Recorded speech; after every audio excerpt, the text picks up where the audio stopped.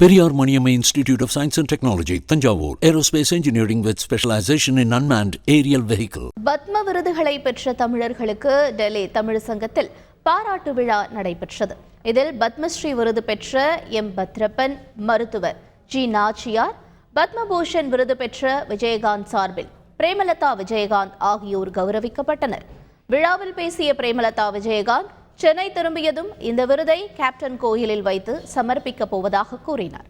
இந்த விருதை உலகமெங்கும் வாழும் தமிழர்களுக்கு சமர்ப்பிப்பதாகவும் அவர் தெரிவித்துள்ளார். ஏன்னா கேப்டன் இருந்தப்ப இந்த விருது கிடைச்சிருந்தா, அந்த வெள்ளை வேட்டி வெள்ளை சட்டையில கம்பீரமா போய் அவர் வாங்கியிருந்தா அது ஒரு கண்கொள்ளா காட்சியா இருந்திருக்கு. அதை நம்ம எல்லாரும் மிஸ் பண்ணிட்டோம். இருந்தாலும் கேப்டன் சொன்னபடி நாம் அவரை உழைப்பை மட்டுமே, நேர்மையை, உண்மையை மட்டுமே நம்பி வாழ்ந்தவர். அதற்கான பலன் இன்னைக்கு தான் அது கிடைச்சிருக்கு.